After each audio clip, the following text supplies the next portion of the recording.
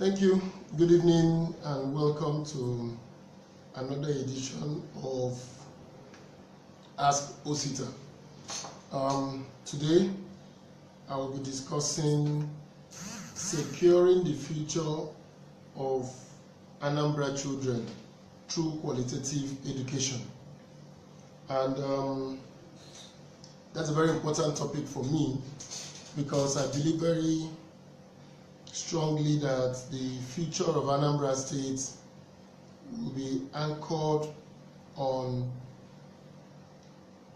securing the most important resource that Anambra State have. And that resource is our human beings. Anambra State is the second smallest state in Nigeria. So in terms of landmass, we are 4,000 plus square kilometers. We are only second to Lagos State in terms of small landmass. Anambra is one of the most densely populated states in Nigeria in terms of number of persons per kilometer, per square kilometer. Anambra State is erosion prone, so most of our land is being eroded because of our soil structure and the excessive human activity in the state. Anambra State, therefore, is not a state that can become, in terms of land size, we can become a great agriculture state.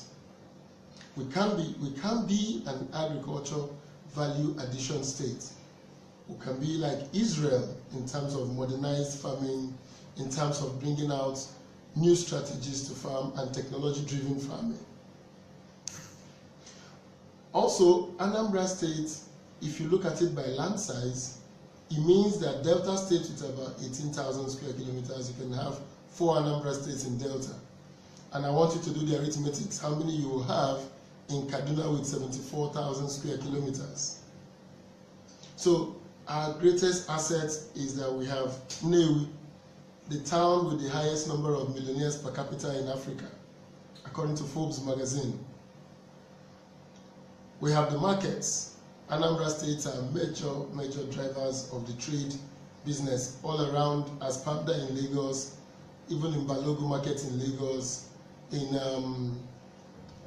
Idumota, the motor spare parts market, that have now all the way go to Alaba market. Whether you go to Sabongeri in Kanu or you go to the markets in Bayelsa, Anambra people are powering the markets. Or you go to Ladipo in Lagos, or you go to the GSM village, Anambra people are the major drivers of these markets. If you look at the transport business, the interstate transport business, whether you talk about Ekesin, whether you talk about Chisco, whether you talk to the Yorkshire Grove, Anambra people are powering the transportation industry. If you look at the intrastate transport in most cities, you will find Anambra State people driving that. But all that creates its own dynamic. One of the major dynamics it creates is that it means that despite our poor land structure, despite our not having access to water, which is a scarce resource in the interior of Anambra State, we've been able to overcome our natural disadvantages to create what I call a thriving entrepreneurial and business segment. That is to say, our human beings have been able to employ resources from across the country to create thriving businesses. Therefore, the only investment we can really make for the future is investing in our human beings. Now, let's go to the education sphere. Anambra State is a leading state in education. So we are leading in terms of WAEC results, in terms of JAMB results, in terms of number of admission to university. We and Imo State are topping the chart of those who get admitted to universities every year. But that tells half of the story. The next half of the story is, what type of education are we getting in Anambra State? Now, mark you, Nigeria is ranked 132 out of 132 by the World Economic Forum on Education. Nigeria is really an abysmal case when it comes to quality education. If you go by the data from the country, if you go by the information we have about quality education, Anambra State presents an interesting combination. Our mission schools and private schools have continued to show great promise and have continued to push the story of Anambra people. But if you look at UBEC data, the Universal Basic Education, it shows you that there is a gap that needs to be fixed. And that gap is, number one, if you look at our SUBEB, the State Universal Basic Education Board, the ratio of our education inspectors who are ICT literate to the schools they're inspecting is very, very low. If you go to the ratio of teachers that are ICT compliant, teachers who are knowledgeable in ICT, to the number of students in the school, Anambra is just about 13%. Meaning, our children are not being trained with the type of education that will prepare them for life in the new world. Now, we have to agree that the world has changed and changed dramatically. 5 years ago, to be able to conduct a live televised show like I am doing today will require that I will have AIT, NTA, or a big network, deploy an OB van, read for satellite, and connect me in a very expensive scale for me to be able to reach audiences in real time.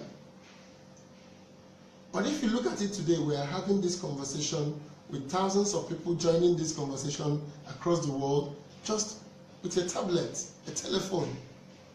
So dramatically, the story of the world has changed, that tomorrow's world will be driven by the power of ICT. And I believe very firmly that we need to prepare our children for that future. If you look at the issue of the number of teachers that are ICT compliant, then you look at the number of schools in Anambra that are connected to the internet, that are able to take classes online, go to all the educational resources that are available online. As of today, the answer is almost zero. There is no school with Wi-Fi, high-speed internet access. The former governor of P2B attempted to do that with Galaxy Backbone, spent about 2.6 billion naira to deploy ICT internet access in all the schools in Anambra. That came to naught. All the computers that were bought and all the monies that were paid came to naught, because the current state government, the Anambra state government under Governor Willie Obiano, did not follow through the directives, did not follow through the implementation strategy to deliver internet bandwidth to all our schools. But that is now history. Going forward, we need to connect our schools to the internet. We need to give our children the new technologies that will drive their knowledge to make it possible for them to become viable and employable citizens of the world. The challenge they have today is that they're no more competing with just Nigerians, they are competing in a global market. The fact that they're not getting employment today is not because they haven't gone to school, but because they don't have the skills that are relevant for education today. Therefore, I think that for us to secure the future, for us to secure the future of our people, for us to secure the future of our children, for us to secure the children, for us to secure the future of our children, we need to do something to make sure that our children of today are getting the education, they are getting the knowledge structure that will make them viable students for tomorrow, viable entities for tomorrow. And that is where my four-step pyramid program comes in.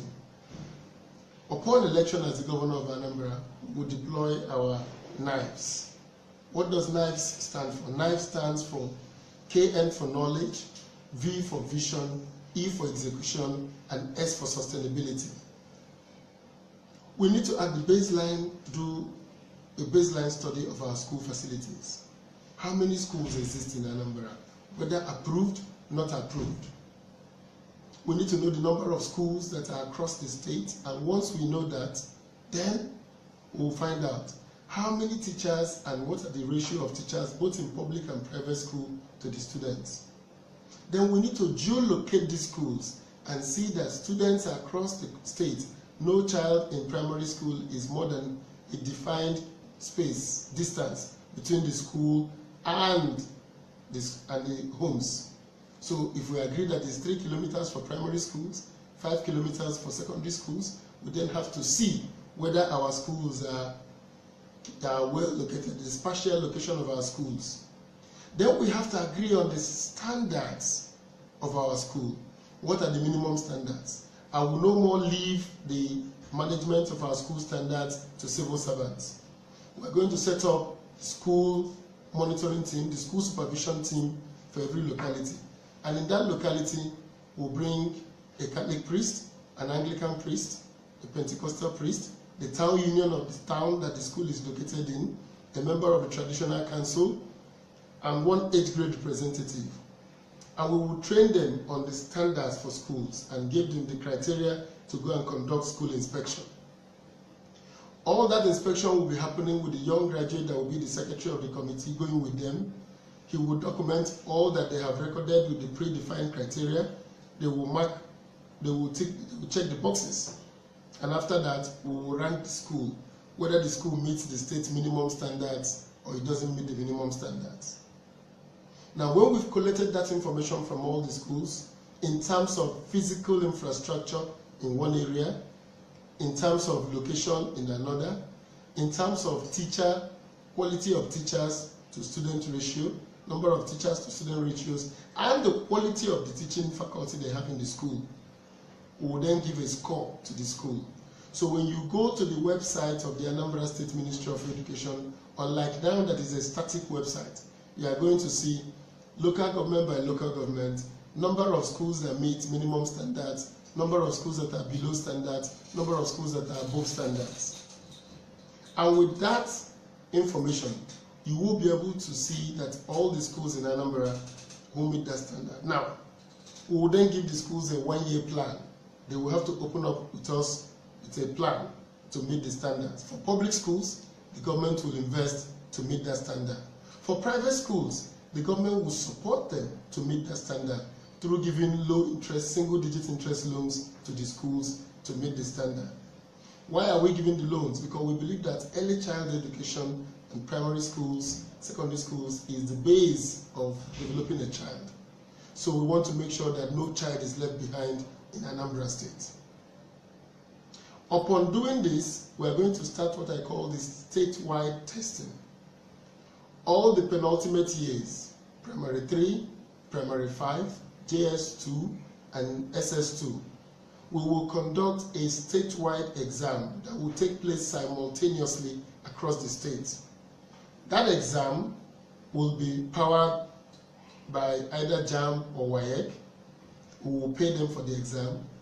The state will be on lockdown on that Saturday because we will transfer all the teachers. No teacher will stay in his or her own school. They will go to other schools. So we will allow the students to take the test on test of language, verbal aptitude, quantitative aptitude, and basic sciences. Once that exam is taken and the scores are delivered, we will use the score to rank the schools in terms of their knowledge rate. So the state will now have a state pass rate. So if 60% is the state average, all the schools that fall below the state average, the schools that are within the state average, and the schools that are above the state average will be graded. So that parents can take a decision when they're sending their child to school, whether public or private. You'll be driven more by the data of how much the school ranks within the state and not just by the rule of thumb. With that knowledge base, with that knowledge base,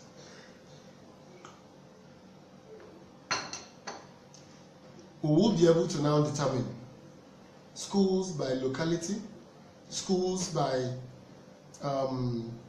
local governments, by areas, by communities that require help. We then go back to the root cause of the problem. They don't have quality teachers, they don't have the proper environment for school learning, and then we will then begin what I call the remedial action. Because side by side with this effort will be our upgrading of our teacher training facility to make sure that we begin to train teachers who are ICT compliant. So we will begin a mandatory certification of teachers through what I call it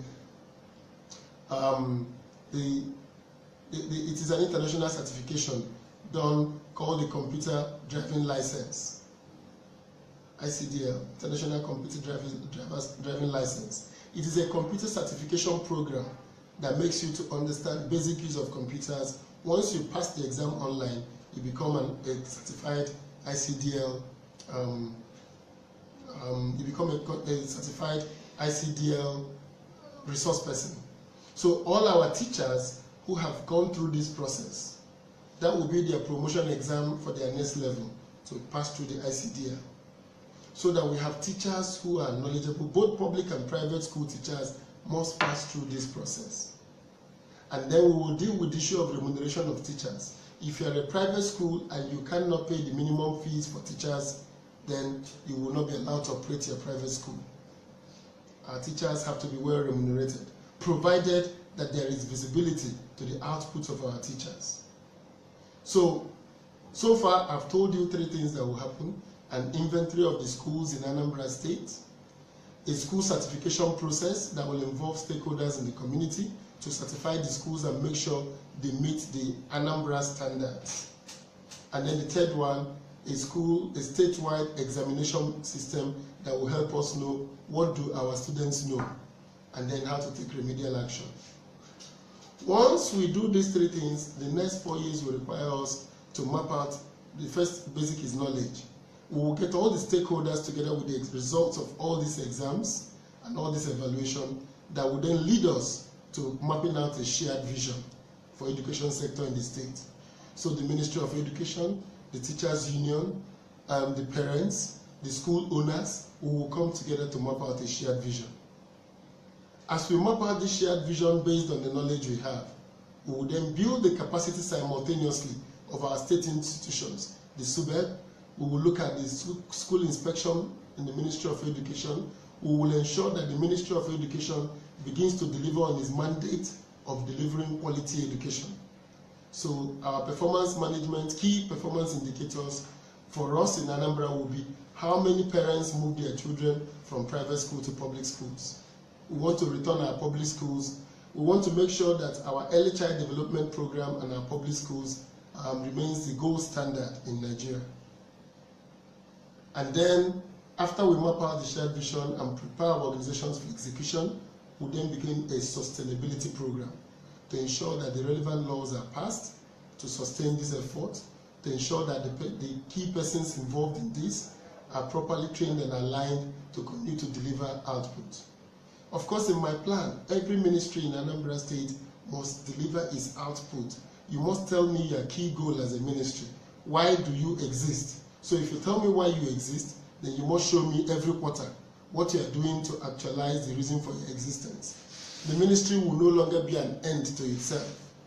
So the labor unions will be our friends. Why you want the welfare of the workers, you must tell me what the workers are employed to deliver. And we must begin to deliver those. So basically, my education strategy is not about the quantity of education, but I want Anambra State to continue to have the highest enrollment level in Nigeria. We will sustain that. We want Anambra State to continue to have high pass mark in WAEC and JAMB. Then we want to expand their opportunities along with the private schools and universities in Anambra to ensure that Anambra indigenes get expanded opportunities to become tertiary institution students. And then finally, I will then try to locate Anambra State to global standards. 2 things I will do to do that. There's a program called the Program for International Student Assessment. It's an OECD country program that have now allowed developing countries to join. What PISA does is that it will test 15-year-olds randomly chosen in the state and see their level of knowledge on key subjects of basic science, quantitative and verbal reasoning, and then it will rank your state or your country across the world. So today in the world, Finland, Singapore, Guangzhou, Poland are the top leading nations in education. And one of the key characteristics of some of these states is that the education is public-led. Finland is a public school-led education system. It continues to top the chart. What has Finland gotten right?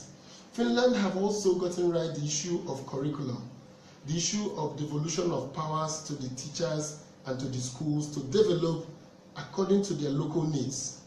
They've continued to create an index to monitoring outputs from the teachers.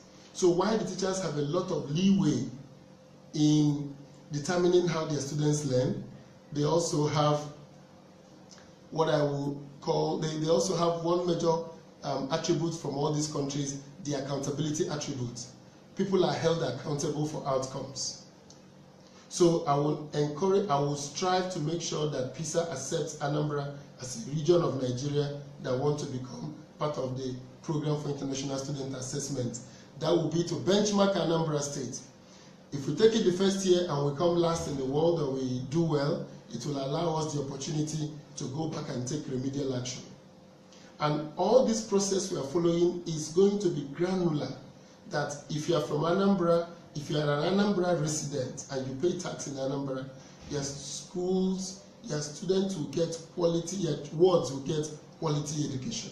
And that quality education will mean that we will benchmark the education across first an Anambra standard and an international standard.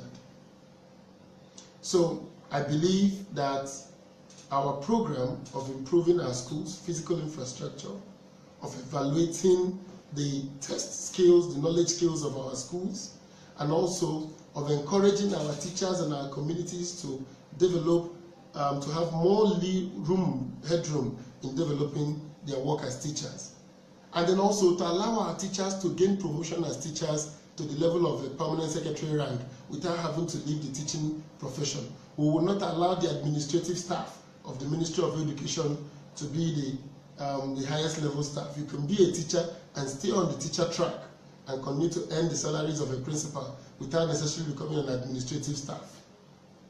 So my approach to education in Anambra is holistic, but at the key of it are three key outputs we want: a credible and education system that ensures that the students abhors cheating, do not have avenues for cheating, and that they get quality education. 2, an education that gives you skills for tomorrow, that prepares you for the world of tomorrow, that gives you the capabilities to have the basic ICT skills to confront the world of tomorrow. And 3, to benchmark Anambra State to international standards and not to Nigerian standards.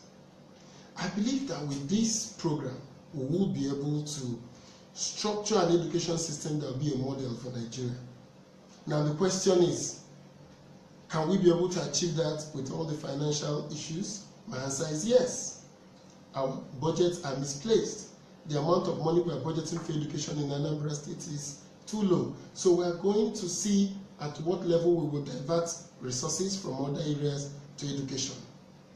But also we are going to partner with Anambra stakeholders, Anambra in adopt a school model.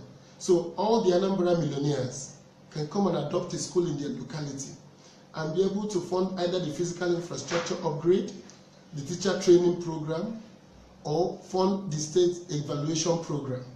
So we believe that we can have a unique PPP model that is not profit-driven, but driven around the concept of development, the ability to prepare the next generation of Indian Anambra.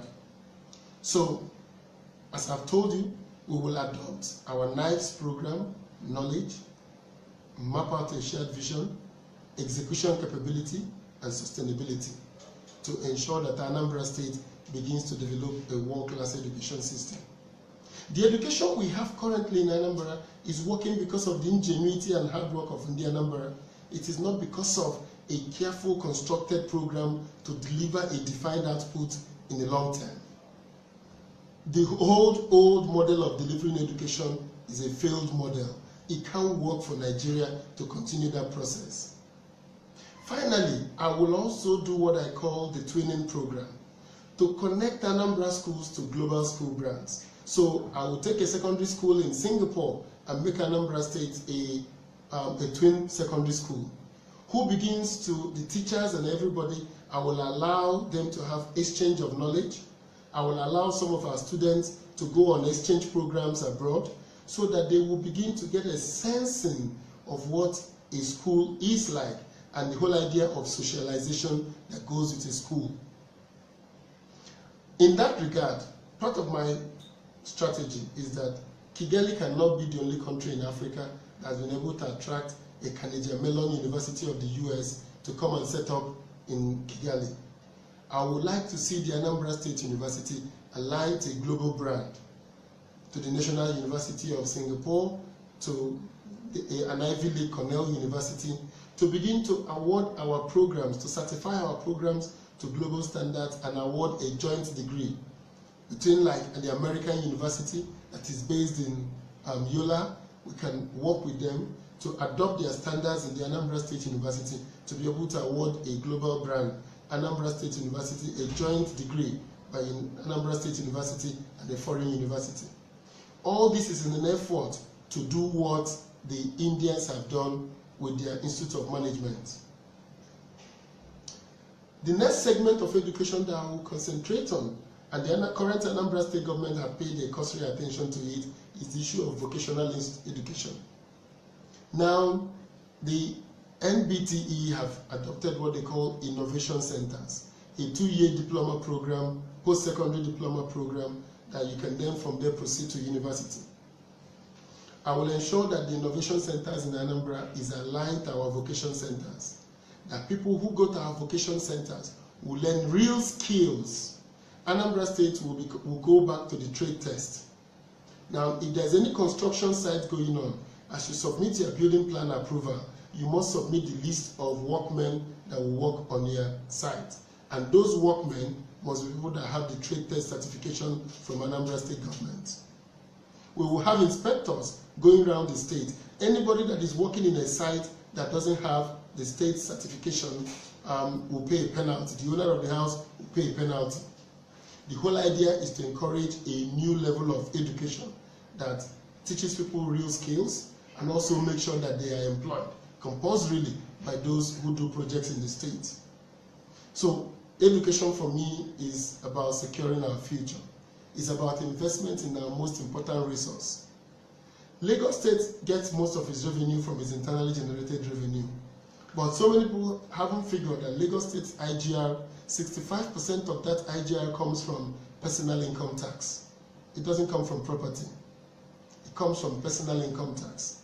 And the implication of that means that once you have viable human beings who are able to become economic players and who are able to invest or become entrepreneurs, the state benefits more by making sure that they live in Anambra State, they pay their taxes here, and everybody benefits.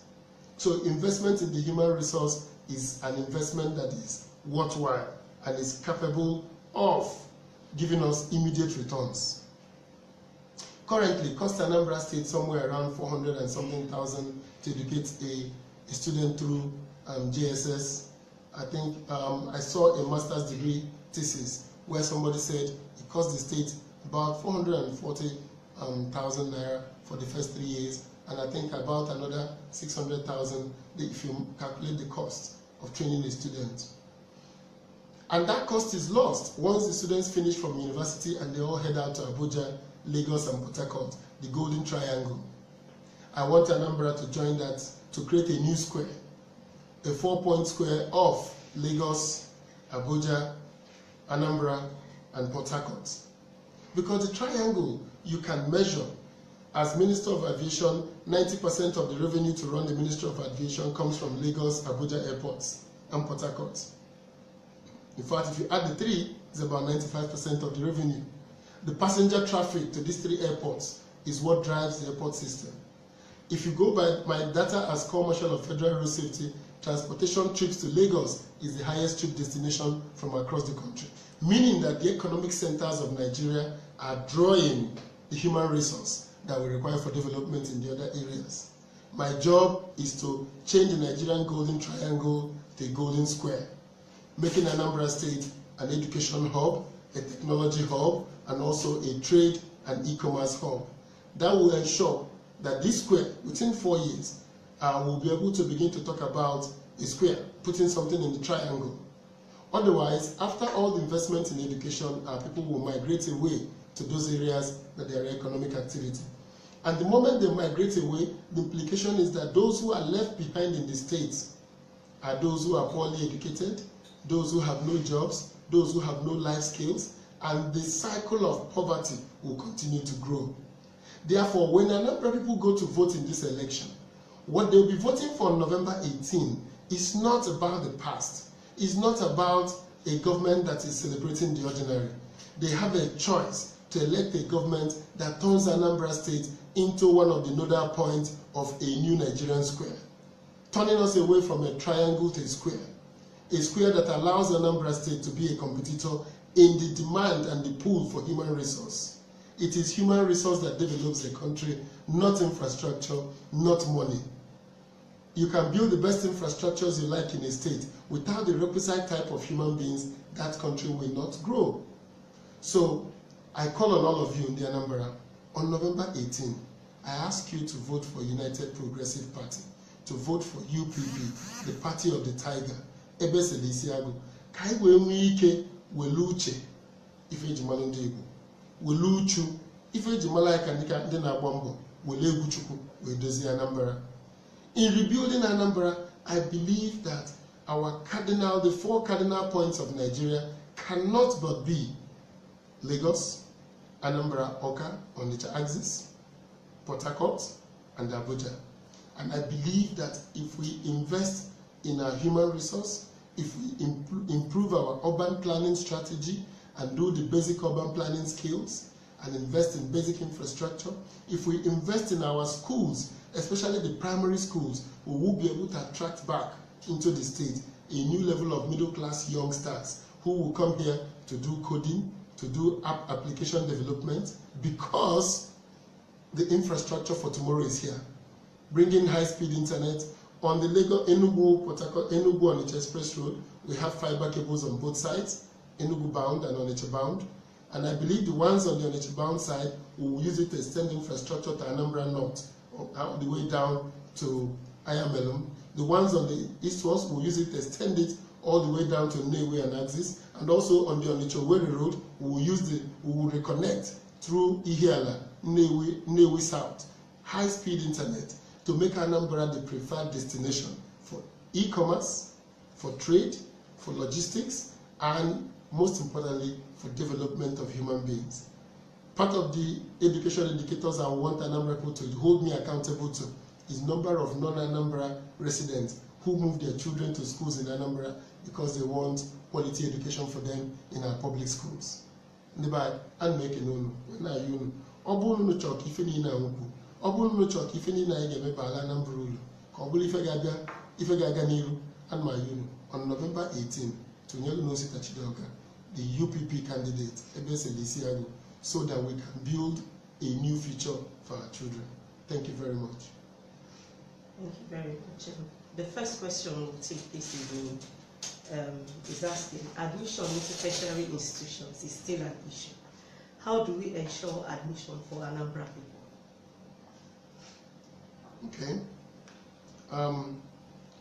First, I believe that Anambra people will have access to admission if we expand opportunities for education here. And the biggest expansion we can have is to make it possible that we lower the cost of private schools in Anambra State. So as the governor of Anambra State, I will make some tactical investments in the private institutions. I will provide them some services and I will give them some, I will let them forgo some costs that would normally go with the state so that they can transfer the savings to Anambra residents through an in-state tuition policy. Any Anambra resident that is resident here and pays tax, because I don't believe in indigenship. Every Nigerian is an indigene of Nigeria, so you have equal rights in every state in Nigeria. As a governor of Anambra State, I will abolish indigenship in Anambra State. We'll be talking about residents. We cannot have two nationalities in Nigeria. So anybody that have access to that education, who is a resident of Anambra, will get the access to in-state tuition. And that in-state tuition is what will drive expansion of opportunities for Anambra residents. And we believe that that will make it possible for our people, our missionaries, our big men are investing in tertiary education, but we're going to make it viable for them by providing some state rebates, some tax rebates, and also some capital investments that will make it possible for them to transfer the benefits to Anambra residents. Okay. Mr. Eze would like to know, he says, I love this aspect of ensuring that teachers get paid the minimum salary as agreed by all stakeholders. How would you verify this, bearing in mind that culture plays a role in our day-to-day affairs? People will not report this underpayment for fear of losing their jobs. How will your government ensure this is fully implemented and monitored? Well, technology is our friend. So part of what I'm creating in the state is what I call the statewide education portal. So every school must submit its payroll system for our tax purposes. And we have a minimum we expect every teacher to be earning. So if we deduct your tax more than you are earning, of course the teachers will protest. So we're going to base our tax template on the agreed payment format. So if the teachers are not getting the net of what the tax, after tax, of what they're supposed to get, I don't believe there's any culture that will make that teacher not to speak out. And also, with the improvements we'll have in education, the requirement for skilled teachers will increase dramatically. So teachers are not going to be afraid of losing a job because there are other job opportunities for them. And because we maintain minimum standards in the state, it will take us some time. There will be a lot of change management, cultural issues to manage, but we will be gradual. We will not take a one-size-fits-all. We're not going to take drastic immediate actions. We're going to take graduated action that means that a lot of change management communication is followed through to make sure that people understand that it is in the interest of everybody to do that which is right. Okay, before we take the next question, just a comment from one of the people who tuned in. Victoria Mungu says, with all these strategies targeting the youth, the greatest resource and currency of the future, Anambra will be a pace setter in Africa. Nyagazi. Dalorine, thank you. How would you revamp learning of Igbo language and cultures? Interesting question. So, as a private citizen, one of my major pastime and my major area of interest is Igbo language. So, I set up a foundation called Nkemefuna Foundation. The idea of Nkemefuna Foundation was a foundation to promote Igbo language, Igbo music, and ICT. So the Nkemefuna Foundation is the owner of the ICT hall we have in Ubosi, where we currently train ICT students in ICT skills. We also have a hall where we conduct Igbo music competitions, and also we've been sponsoring Igbo essay competitions among secondary school students. Because I didn't want it to be politicized, I've been doing it quietly. We've also sponsored Igbo Bible quiz programs in some churches in Anambra State. I believe that revamping the Igbo language is something that is almost critical. But it's something that we have to also try to do it in a way that is part of the strategies for today. And let me say this, in the course of doing the programs from Nkemefuna Foundation, I have found out that Fino singing in Igbo has made it more easier for young children to learn Igbo than me talking to them in Igbo. Young people trying to understand what Flavor is saying in Igbo is making them making Igbo cool and hip for them. So we have to combine a lot of strategies. One is that it's called mother tongues, and we hold mothers responsible for this. Apologies to all my female friends and also my wife. We will hold women responsible for ensuring that our language is sustained for the next generation. I believe that we should all, as Igbo people, frown at mothers and children who can't speak Igbo, as a matter of course. When you enter a house of your friend, of your neighbor, please do not speak English to the children. Speak Igbo to the children, embarrass the parents. Let them know that it is local, not to let your children learn your language, because your language is your identity. The whole fight for Igbo identity will come to naught if in 20 or 50 years' time, the idea of Igbo language now becomes a relic of our past. So I think there will be a new resurgence of Igbo language, because I will make sure that I embarrass the parents who are refusing to teach their children Igbo language. I will ensure we will also begin to use new ambassadors and champions for the Igbo language, especially the Nollywood people, the music people, who will continue to sponsor and support Igbo movies, Igbo music, and the translation of important works into Igbo language. I miss Tony Ubesie, who as a young child, I read Isiaku Daranala, I read Okwaru Ogea, but today I don't think there are any Igbo novels for my children to read that is contemporary, that speaks to today's issues. So being able to get children to learn language, to have things to read in Igbo language that speak to today's issues is critical, and also ensuring that the Igbo keyboard is developed and made available to everybody that is Igbo, so that we can type in Igbo with the hyphens and our tonal, the nature of our tonal language that Igbo is, to make it possible for us to use. So Igbo language is of a cardinal issue to me. I'm a major proponent of Igbo tradition. That's why I belong to my the Igbo cabinet in Obosi. I belong to all the traditional societies here, and I ensure that I encourage our community to perform our traditional rites to ensure that our culture does not die. So Nkemefuna Foundation's major goal is that Nkendi Igbo Amefu, and I will make it a cardinal issue in Anambra State as governor of Anambra to promote our language and our culture.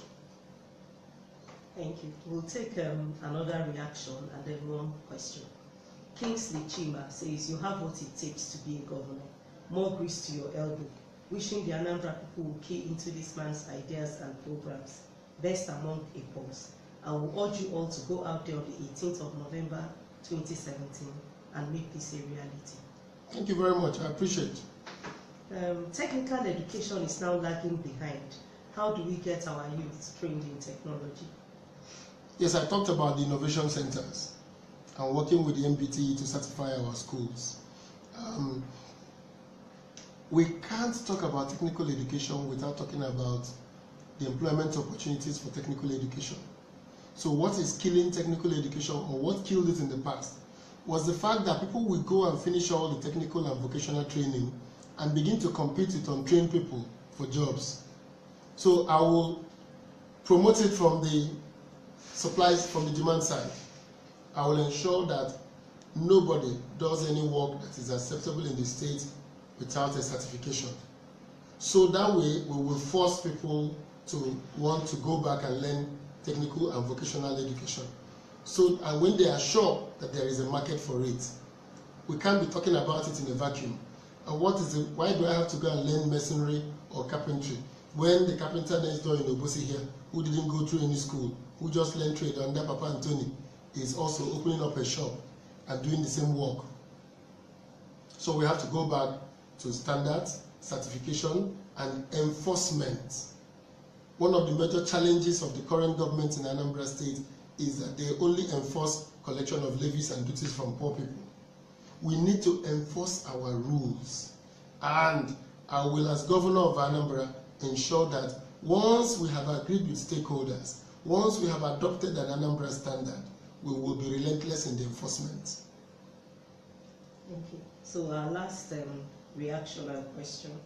Robinson Emeka Ekwe says, visionary leader. On November 18th, the entire students and young people of Anambra State will definitely give you their votes. Thank you very much.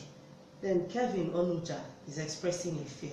He says, I like you for the little I have watched you, but my fear is if these cabals will allow fairness to thrive in the election. All the same, good luck. Thank you very much. And I feel you.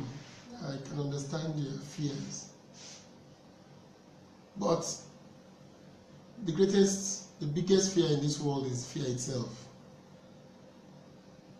I believe that all of us coming together, deploying our God-given talents, utilizing the technologies that are available today in all our polling units, we will be able to overthrow those cabals that have halted our development as a people. We will be able to overthrow those forces that have continued to hold us down and refuse to allow us to join the modern world. We will on November 18 sound out the biggest referendum of our time, that let us with one voice acclaim Anambra belongs to us and we will take it back. Anambra does not belong to the godfathers. Anambra does not belong to those who feel that they will determine who will rule us today and determine who will rule us tomorrow. Democracy is government of the people, by the people and for the people. I want the people this time to come out and speak in one voice. Across the country, people are coming out and speaking. The people of Kano in 2003 removed Governor Kwankwaso and elected a retired principal, Shekarau, as governor of Kano State. He ruled Kano for 8 years and Kwankwaso came back as governor. Because democracy works in Kano State. If you Nigerians, you may be young to know that in 1979, when the issue of 12 to 3rd, whether President Shagari got 1/3 of the votes cast in the 13th state, that 13th state was Kano, because Shagari could not make 25% of the votes cast in Kano because of a man called the PRP candidate, the leader of Talakawas in Kano, Malam Aminu Kano. Aminu Kano, a poor man but a representative of the Kano people, consistently won elections in Kano. Kano and Kaduna was always a PRP state. He always won under NEPU. So I believe that Anambra people should stop living in fear. We should stop lamenting on social media and talking about the cabals. Nobody is stronger than the people. I challenge Anambra people that the time has come for our people to stop sitting back and lamenting. It is our time to go out in the streets and take our destiny in our hands. Take our fate in our hands. And on November 18, say it with one strong, loud voice. Anambra belongs to us, and we're not going to submit our sovereignty to anybody. The colonial masters tried imposing warrant chiefs on us, and our people resisted it. Igbo women came out in Aba and rioted against an unfair tax system. Our coal miners rose up and fought against poor treatment by our colonial masters in Enugu. Zik was in the harbinger of democracy and independence in Nigeria. Once again, Anambra has produced Colonel Emeka Odumegwu Ojukwu, who stood firm against the Nigerian state to protect the interest of Ndi Igbo. Now is another time for us to step out on November 18 and elect a government that reflects our aspirations, that speaks to our hopes, that gives us the opportunity to say to the whole of to the Nigeria and to the world, we the people of Anambra State have chosen our leader, and we will stand by that leader. The ball is in our court, not in lamentation, not in talking about what can go wrong. Let's talk about what can go right if we work together as a collective. Thank you very much, and I hope that next week, we will try to increase the frequency of this because I have so many issues to deal with, and next week we'll be dealing with more issues or within the week as we get time off our campaign to keep talking to Anambra and to the world at large, our plans to making Anambra State a model state. Let's work together to make Anambra great. Thank you. So, I believe that on a final note, I ask you to come out on November 18 and cast your vote for UPP, the United Progressive Party, Ebese Lisiago. That vote will be a vote for securing the future of our children. Thank you very much. If you go by the data from the country, if you go by the information we have about quality education, Anambra State presents an interesting combination. Our mission schools and private schools have continued to show great promise and have continued to push the story of Anambra people. But if you look at UBEC data, the Universal Basic Education, it shows you that there is a gap that needs to be fixed. And that gap is, number one, if you look at our SUBEB, the State Universal Basic Education Board, the ratio of our education inspectors who are ICT literate to the schools they're inspecting is very, very low. If you go to the ratio of teachers that are ICT compliant, teachers who are knowledgeable in ICT to the number of students in the school, Anambra is just about 13%. Meaning, our children are not being trained with the type of education that will prepare them for life in the new world. Now, we have to agree that the world has changed and changed dramatically. 5 years ago, to be able to conduct a live televised show like I am doing today will require that I will have AIT, NTA, or a big network, deploy an OB van, read for satellite, and connect me in a very expensive scale for me to be able to reach audiences in real time.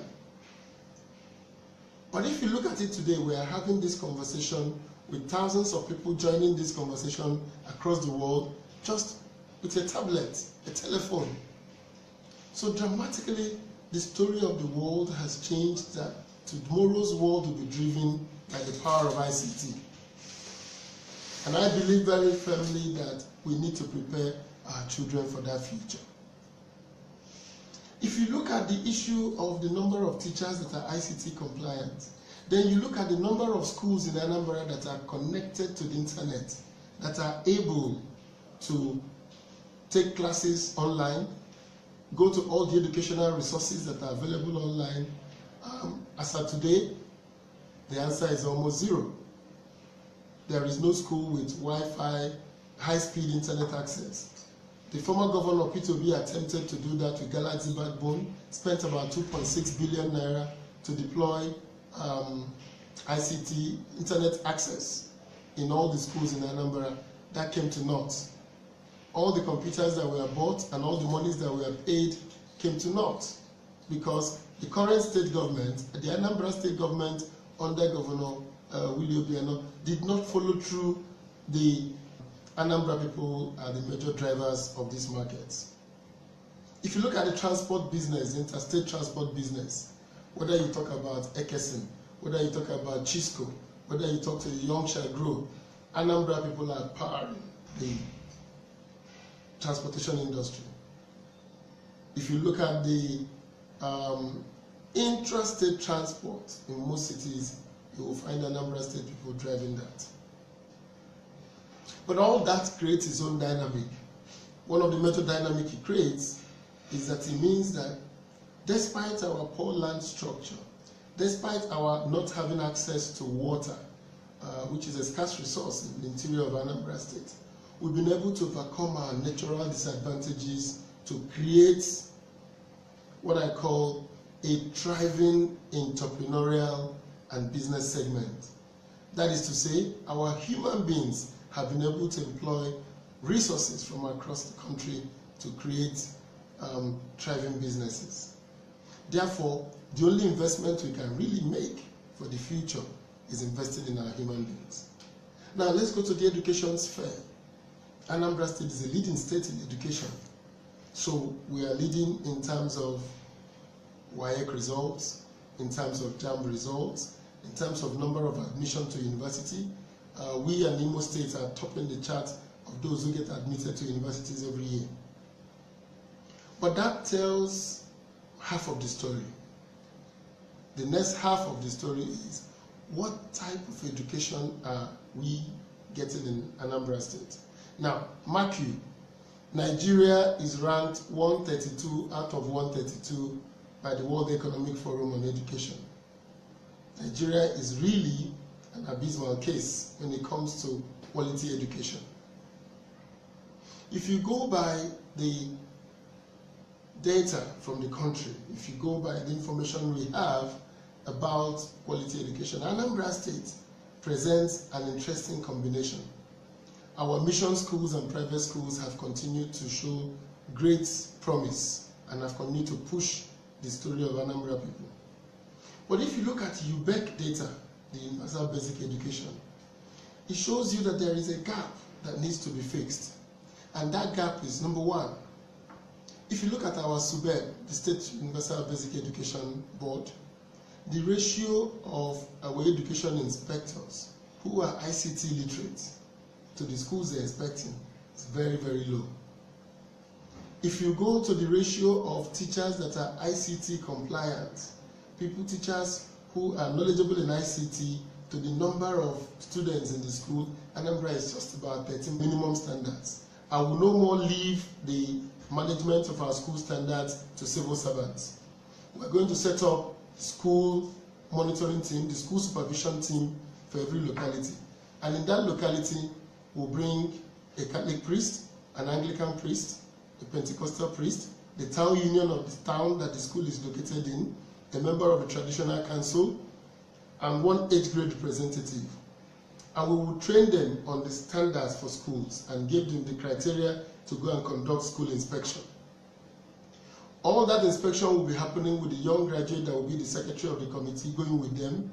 He will document all that they have recorded with the predefined criteria. They will mark, they will check the boxes. And after that, we will rank the school, whether the school meets the state minimum standards or it doesn't meet the minimum standards. Now, when we've collected that information from all the schools, in terms of physical infrastructure in one area, in terms of location in another, in terms of teacher, quality of teachers to student ratio, number of teachers to student ratios, and the quality of the teaching faculty they have in the school, we will then give a score to the school.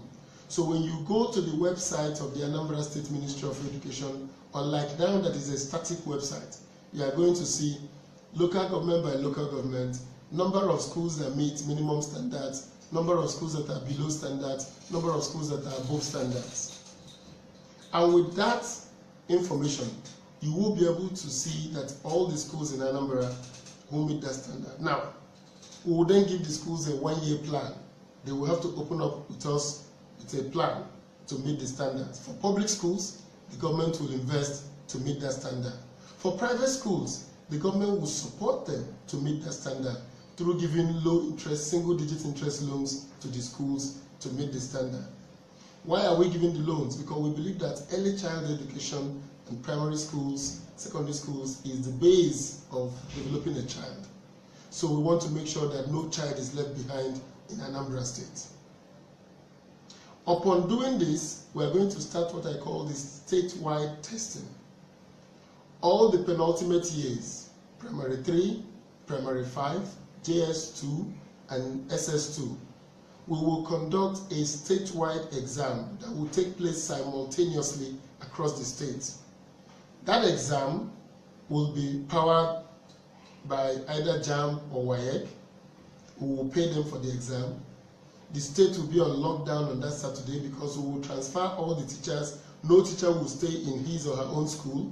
They will go to other schools. So we will allow the students to take the test on test of language. It will be their promotion exam for their next level to pass through the ICDR. So that we have teachers who are knowledgeable, both public and private school teachers must pass through this process. And then we will deal with the issue of remuneration of teachers. If you are a private school and you cannot pay the minimum fees for teachers, then you will not be allowed to operate your private school. Our teachers have to be well remunerated, provided that there is visibility to the output of our teachers.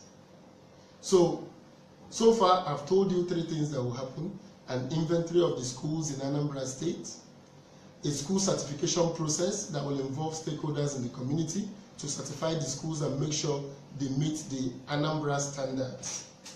And then the third one, a statewide examination system that will help us know what do our students know and then how to take remedial action. Once we do these 3 things, the next 4 years will require us to map out. The first basic is knowledge. We will get all the stakeholders together with the results of all these exams and all this evaluation that will then lead us to mapping out a shared vision for education sector in the state. So the Ministry of Education, the Teachers Union, the parents, the school owners, we will come together to map out a shared vision. As we map out this shared vision based on the knowledge we have, we will then build the capacity simultaneously of our state institutions. The SUBED, we will look at the school inspection in the Ministry of Education. We will ensure that the Ministry of Education begins to deliver on its mandate of delivering quality education. So our performance management, key performance indicators for us in Anambra will be how many parents move their children from private school to public schools. We want to return our public schools. We want to make sure that our early child development program and our public schools remains the gold standard in Nigeria. And then, after we map out the shared vision and prepare our organizations for execution, we then begin a sustainability program to ensure that the relevant laws are passed to sustain this effort, to ensure that the key persons involved in this are properly trained and aligned to continue to deliver output. Of course, in my plan, every ministry in Anambra State must deliver its output. You must tell me your key goal as a ministry. Why do you exist? So if you tell me why you exist, then you must show me every quarter what you are doing to actualize the reason for your existence. The ministry will no longer be an end to itself. So the labor unions will be our friends. Why you want the welfare of the workers, you must tell me what the workers are employed to deliver. And we must begin to deliver those.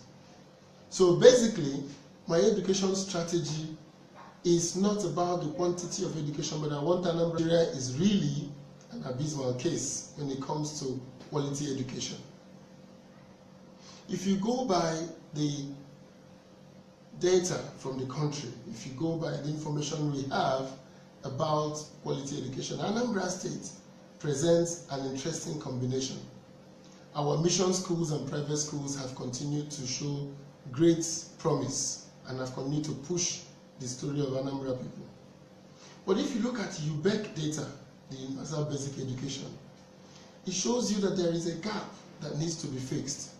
And that gap is, number one, if you look at our SUBEB, the State Universal Basic Education Board, the ratio of our education inspectors who are ICT literate to the schools they're inspecting is very, very low. If you go to the ratio of teachers that are ICT compliant, teachers who are knowledgeable in ICT to the number of students in the school, Anambra is just about 13%. Meaning, our children are not being trained with the type of education that will prepare them for life in the new world. Now, we have to agree that the world has changed and changed dramatically.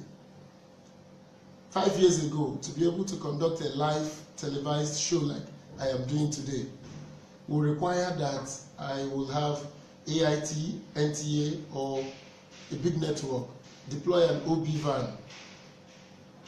read for satellite, and connect me in a very expensive scale for me to be able to reach audiences in real time. But if you look at it today, we are having this conversation with thousands of people joining this conversation across the world just with a tablet, a telephone.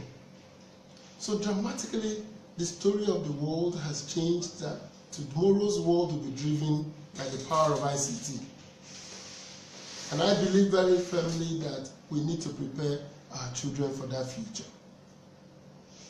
If you look at the issue of the number of teachers that are ICT compliant, then you look at the number of schools in Anambra that are connected to the internet, that are able to take classes online, go to all the educational resources that are available online.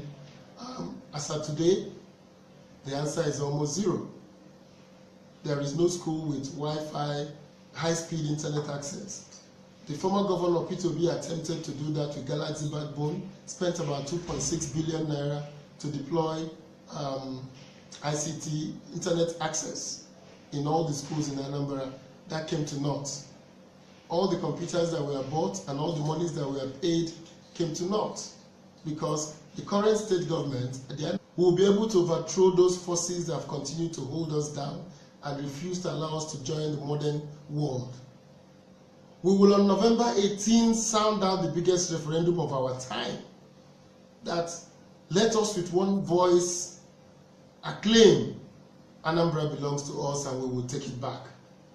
Anambra does not belong to the godfathers. Anambra does not belong to those who feel that they will determine who will rule us today and determine who will rule us tomorrow. Democracy is government of the people, by the people and for the people. I want the people this time to come out and speak in one voice. Across the country, people are coming out and speaking. The people of Kano in 2003 removed Governor Kwankwaso and elected a retired principal, Shekarau, as governor of Kano State. He ruled Kano for 8 years, and Kwankwaso came back as governor. Because democracy works in Kano State.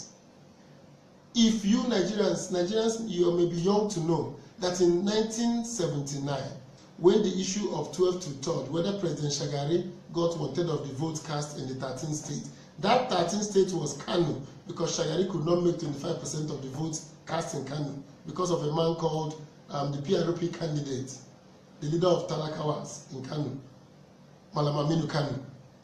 Aminu Kano, a poor man but a representative of the Kano people, consistently won elections in Kano. Kano and Kaduna was always a PRP state. He always won under NEPU. So I believe that Anambra people should stop living in fear. We should stop lamenting on social media and talking about the cabals. Nobody is stronger than the people. I challenge Anambra people that the time has come for our people to stop sitting back and lamenting. It is our time to go out in the streets and take our destiny in our hands. Take our fate in our hands. And on November 18, say it with one strong, loud voice. Anambra belongs to us, and we're not going to submit our sovereignty to anybody. The colonial masters tried imposing warrant chiefs on us, and our people resisted it. Igbo women came out in Aba and rioted against an unfair tax system. Our coal miners rose up and fought against poor treatment by our colonial masters in Enugu. Zik was in the harbinger of democracy and independence in Nigeria.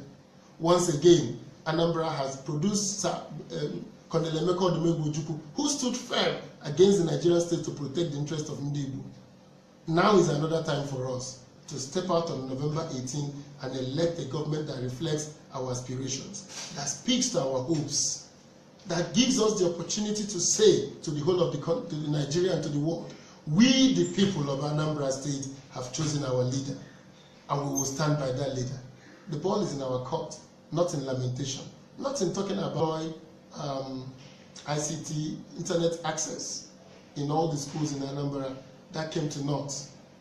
All the computers that were bought and all the monies that were paid came to naught, because the current state government, the Anambra state government under Governor Willie Obiano, did not follow through the directives, did not follow through the implementation strategy to deliver internet bandwidth to all our schools. But that is now history. Going forward, we need to connect our schools to the internet.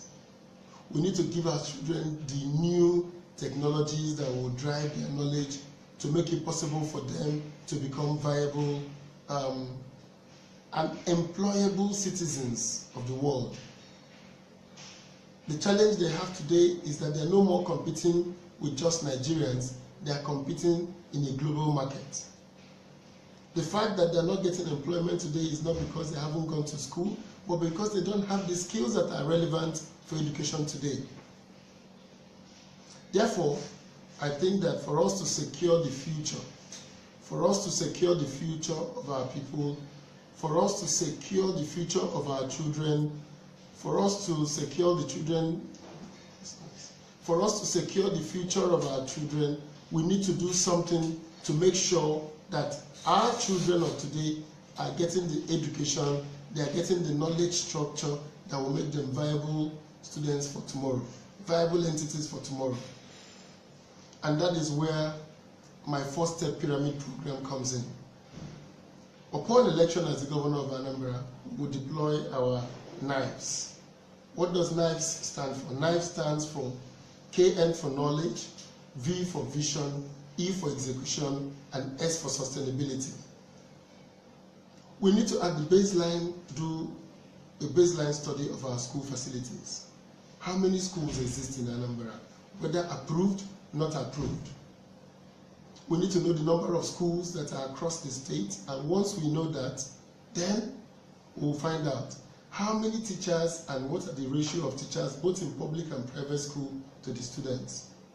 Then we need to geolocate these schools and see that students across the state, no child in primary school is more than a defined space, distance between the school and the homes. So if we agree that it's 3 kilometers for primary schools, 5 kilometers for secondary schools, we then have to see whether our schools are well located, the spatial location of our schools. Then we have to agree on the standards of our school. What are the minimum standards? I will no more leave the management of our school standards the highest number of millionaires per capita in Africa, according to Forbes magazine. We have the markets. Anambra State are major drivers of the trade business all around, as Panda in Lagos, even in Balogu market in Lagos, in Idumota, the motor spare parts market, that have now all the way go to Alaba market. Whether you go to Sabongeri in Kanu or you go to the markets in Bayelsa, Anambra people are powering the markets. Or you go to Ladipo in Lagos, or you go to the GSM village, Anambra people are the major drivers of these markets. If you look at the transport business, the interstate transport business, whether you talk about Ekesin, whether you talk about Chisco, whether you talk to the Youngshire Group, Anambra people are powering the transportation industry. If you look at the intrastate transport in most cities, you will find Anambra State people driving that. But all that creates its own dynamic. One of the major dynamics it creates is that it means that despite our poor land structure, despite our not having access to water, which is a scarce resource in the interior of Anambra State, we've been able to overcome our natural disadvantages to create what I call a thriving entrepreneurial and business segment. That is to say, our human beings have been able to employ resources from across the country to create thriving businesses. Therefore, the only investment we can really make for the future is invested in our human beings. Now let's go to the education sphere. Anambra State is a leading state in education. So we are leading in terms of WAEC results, in terms of JAMB results, in terms of number of admission to university. We and Imo State are topping the chart of those who get admitted to universities every year. But that tells half of the story.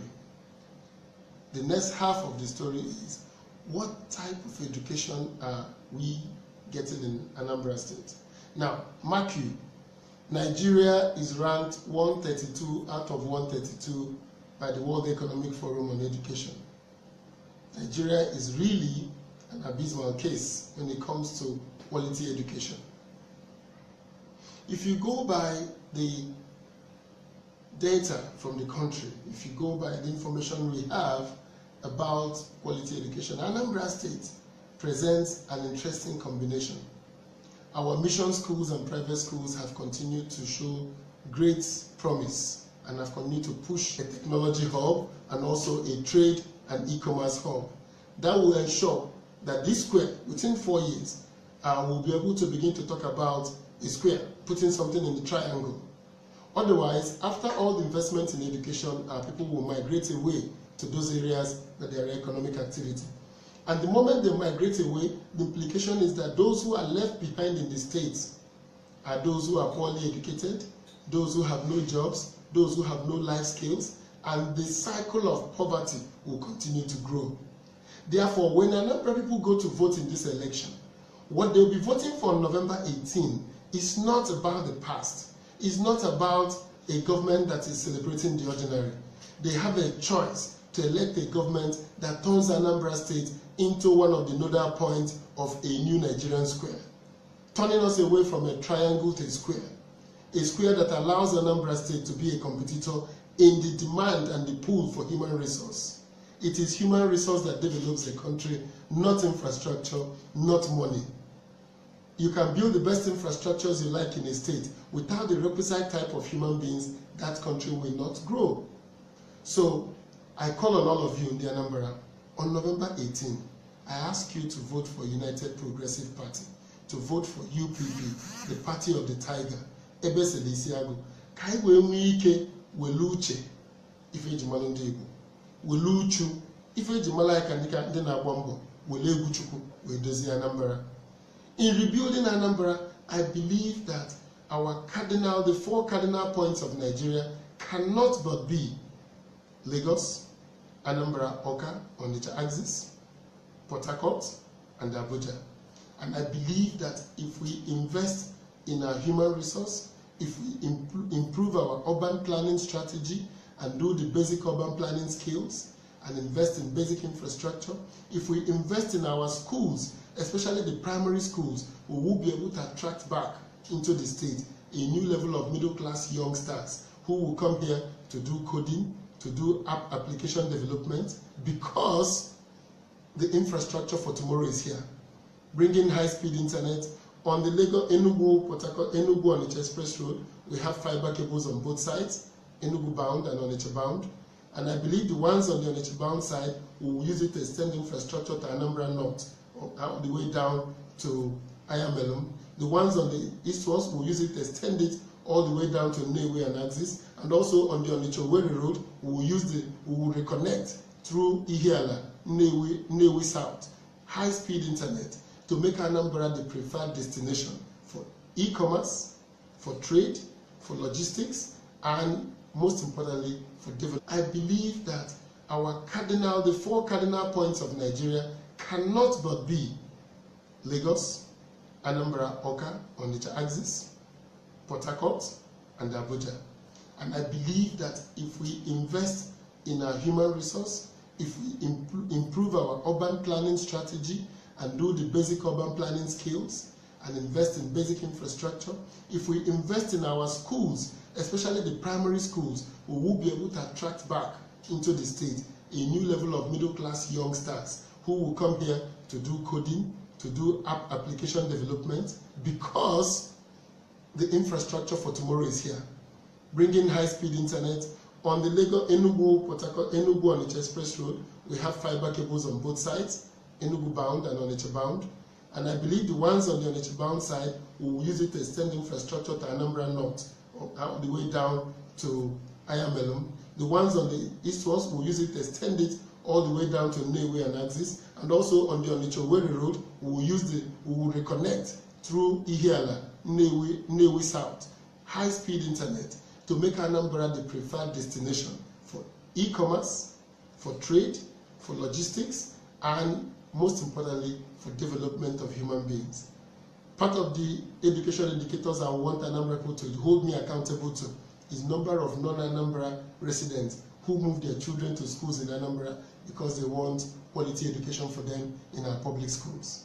Ndeba and make no when are you obu no chok ife ni na nwuku obu no chok ife ni na ga me bala Anambra ulu ka obulu ife ga aga niru and my on November 18 to Nyelu Nosita Chidoka, the UPP candidate Ebese Lisiago, so that we can build a new future for our children. Thank you very much. Thank you very much. The first question we'll take this evening is asking, admission into tertiary institutions is still an issue. How do we ensure admission for Anambra people? Okay. First, I believe that Anambra people will have access to admission if we expand opportunities for education here. And the biggest expansion we can have is to make it possible that we lower the cost of private schools in Anambra State. So as the governor of Anambra State, I will make some tactical investment in the private institutions. I will provide them some services and I will give them some, I will let them forgo some costs that would normally go with the state so that they can transfer the savings. And programs, best among equals. I will urge you all to go out there on the 18th of November 2017 and make this a reality. Thank you very much, I appreciate it. Technical education is now lagging behind. How do we get our youth trained in technology? Yes, I talked about the innovation centers and working with the MBTE to certify our schools. We can't talk about technical education without talking about the employment opportunities for technical education. So what is killing technical education, or what killed it in the past, was the fact that people will go and finish all the technical and vocational training and begin to compete with untrained people for jobs. So I will promote it from the supplies, from the demand side. I will ensure that nobody does any work that is acceptable in the state without a certification. So that way we will force people to want to go back and learn technical and vocational education. So, and when they are sure that there is a market for it, we can't be talking about it in a vacuum. And why do I have to go and learn masonry or carpentry when the carpenter next door in Obosi here, who didn't go through any school, who just learned trade under Papa Anthony, is also opening up a shop and doing the same work? So we have to go back to standards, certification, and enforcement. One of the major challenges of the current government in Anambra State is that they only enforce collection of levies and duties from poor people. We need to enforce our rules, and I will, as governor of Anambra, ensure that once we have agreed with stakeholders, once we have adopted an Anambra standard, we will be relentless in the enforcement. Thank you. So our last reaction and question. Robinson Emeka Ekwe says, visionary leader. On November 18th, the entire students and young people of Anambra State will definitely give you their votes. Thank you very much. Then Kevin Onuja is expressing a fear. He says, I like you for the little I have watched you, but my fear is if these cabals will allow fairness to thrive in the election. All the same, good luck. Thank you very much. And I feel you. I can understand your fears. But the biggest fear in this world is fear itself. I believe that all of us coming together, deploying our God-given talents, utilizing the technologies that are available today in all our polling units, we will be able to overthrow those cabals that have halted our development as a people. We will be able to overthrow those forces that have continued to hold us down and refuse to allow us to join the modern world